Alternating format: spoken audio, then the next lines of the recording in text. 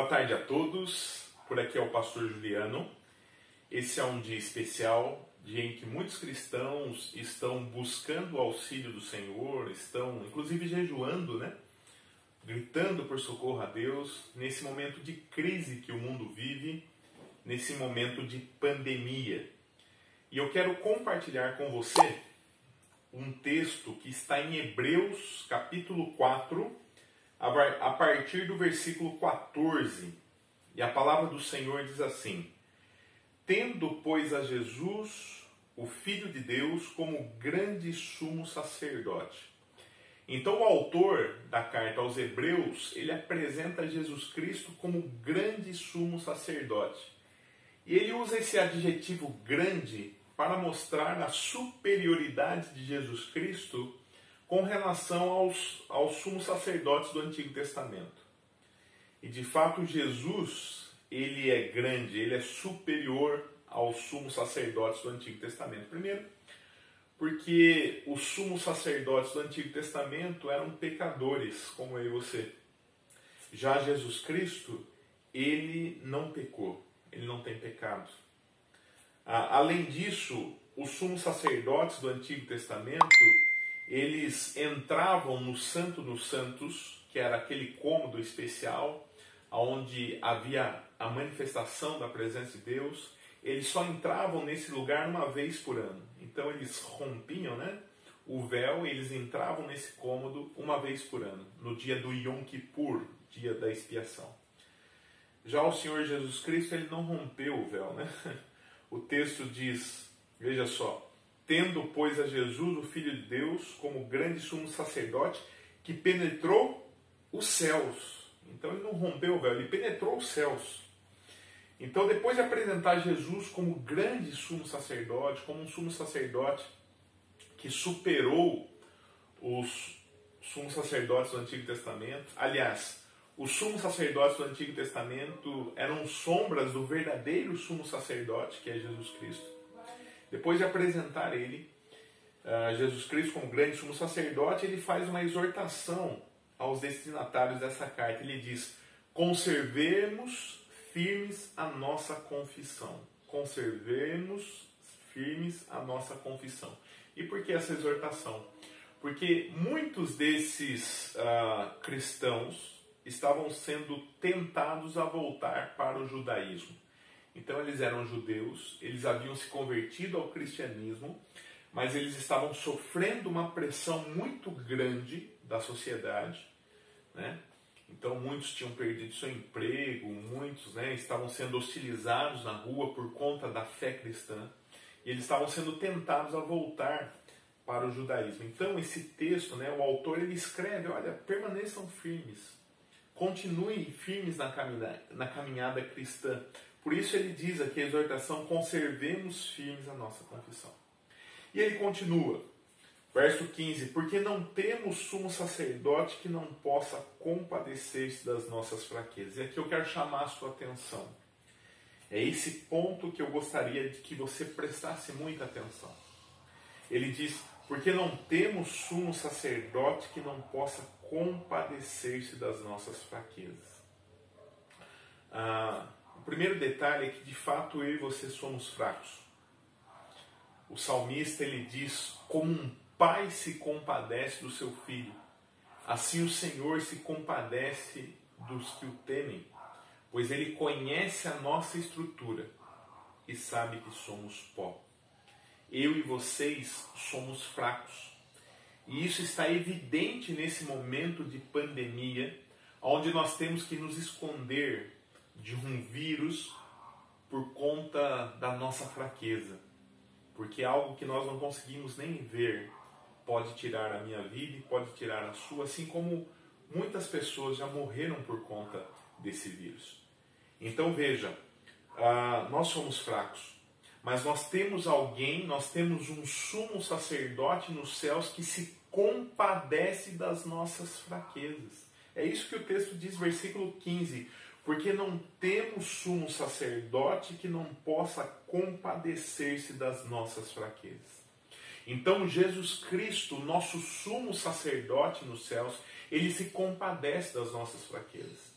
Ele se coloca no nosso lugar, ele sente a nossa dor. É isso que o autor está dizendo e ele continua. Porque não temos um sacerdote que não possa compadecer-se das nossas fraquezas. Antes, foi ele tentado em todas as coisas à nossa semelhança, mas sem pecado. Então, ele mostra que Jesus Cristo, no ministério terreno de Jesus, Jesus foi tentado. E nós vemos isso, ele sendo tentado pelo diabo, levado ao deserto, pelo Espírito Santo para ser tentado pelo diabo. Jesus ele foi tentado, assim como eu e você somos, mas diferentemente de nós, ele não pecou.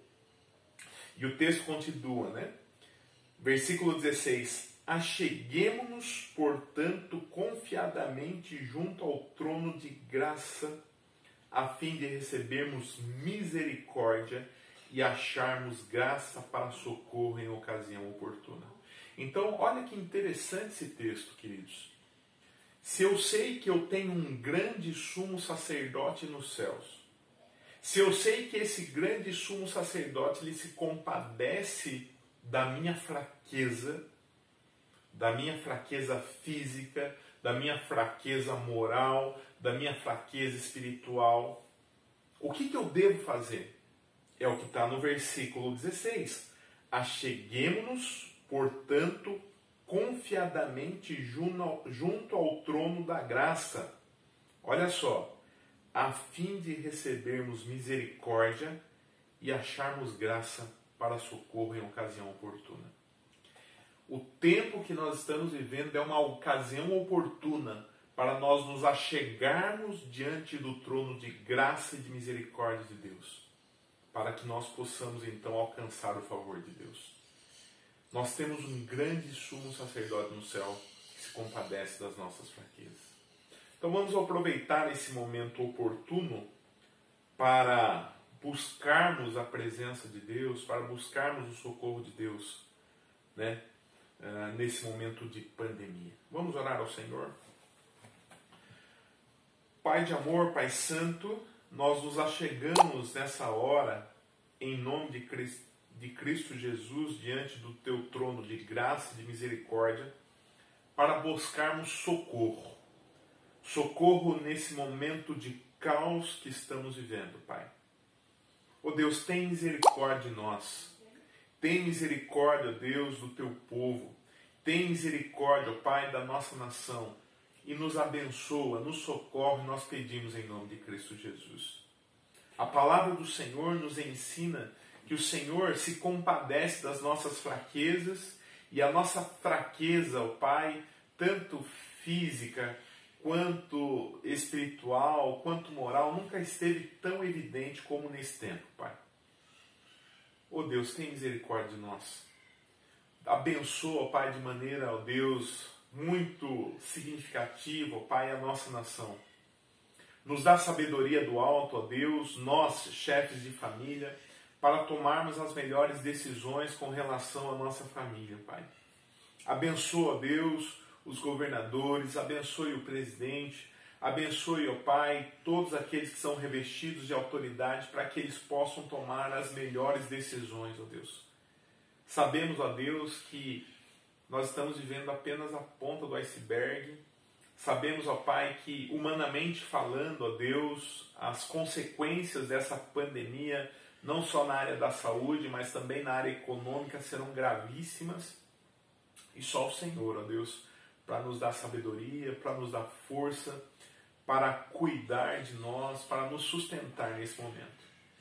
E sabendo disso, nós colocamos essa situação diante do Teu trono de graça e de misericórdia, para que o Senhor de fato haja com graça e com misericórdia, ó Deus, do nosso povo, da nossa nação.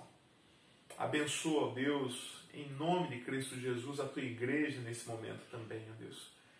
Que o Senhor, ó Pai, esteja nos dando sabedoria, que o Senhor esteja guardando-nos, ó Pai, desse vírus. Que o Senhor, ó Pai, esteja, ó Deus, abençoando a Tua igreja para que seja uma igreja também corajosa e fiel nas Escrituras, ó Pai, na anunciação do Teu Evangelho. Que o Senhor esteja usando esse momento de tempestade para que aqueles que estão longe do Senhor possam voltar-se ao Senhor. Que o Senhor use, ó Pai, esse momento terrível que nós estamos vivendo para que aqueles que não te conhecem possam de fato, ó Deus, voltar-se ao Senhor. Cuida de nós, cuida do Brasil, cuida do mundo, ó Deus. Nós entregamos, ó Pai, essa causa diante do Senhor. Abençoa de maneira especial aqueles que estão passando, ó Deus, por algum outro tipo de tratamento, ó Pai, pessoas que estão lutando contra o câncer, contra outras doenças que baixam a imunidade, que são pessoas de risco. Cuida, ó Pai, dos velhinhos, ó Pai, ó Pai, não permita, Deus, que nós possamos, ó Pai, perder os nossos entes queridos. Guarda cada um deles. Nós colocamos a nossa família também diante do Senhor. Em nome de Jesus. Amém. Deus abençoe, queridos.